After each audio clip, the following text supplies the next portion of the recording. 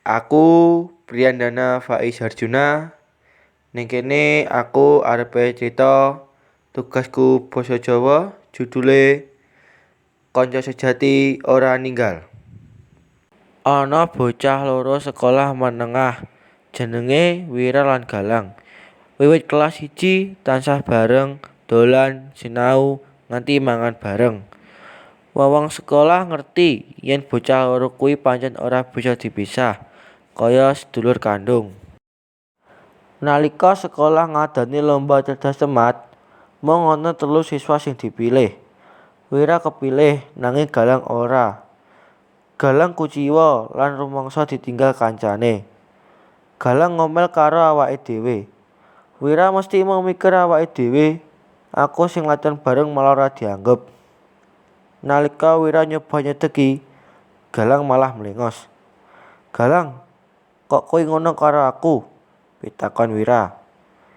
Galang jawab kanthi nesu, "Ora usah gaya gak ngerti, Wir.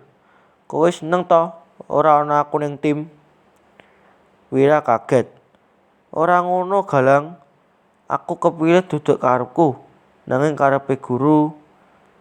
Galang mung meneng lan ninggalke Wira. Nalika dina lomba teka, Wira pancen ora semangat amarga mikir Galang. Nanging nalika lomba lagi wae diwiwiti, dheweke weruh Galang lungguh ing pojokan aula. Sawise lomba rampung lan time menang, Wira langsung mlayu nyedaki Galang. "Galang, matur nuwun kowe wis teka. Jujur, aku meh ora kuat tanpa nyawang kowe ndukung," ujare Wira. Galang meh semalon. "Aku sing salah, Wir. Aku kuciwa nganti lali nek persahabatan kuwi luwih penting timbang lomba. Aku kudu tetep nyengkuyung kowe senajan ora melu."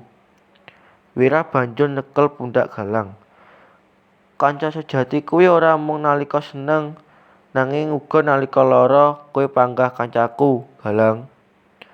Wira lan Galang banjur salaman lan ngguyu maneh kaya mbiyen. Wiwit wektu kuwi, Wira lan Galang tambah ngerti makna persahabatan. Persahabatan sejati ora gampang pecah amarga salah paham, nanging bakal luwih kuat amarga kejujuran lan ketulusan.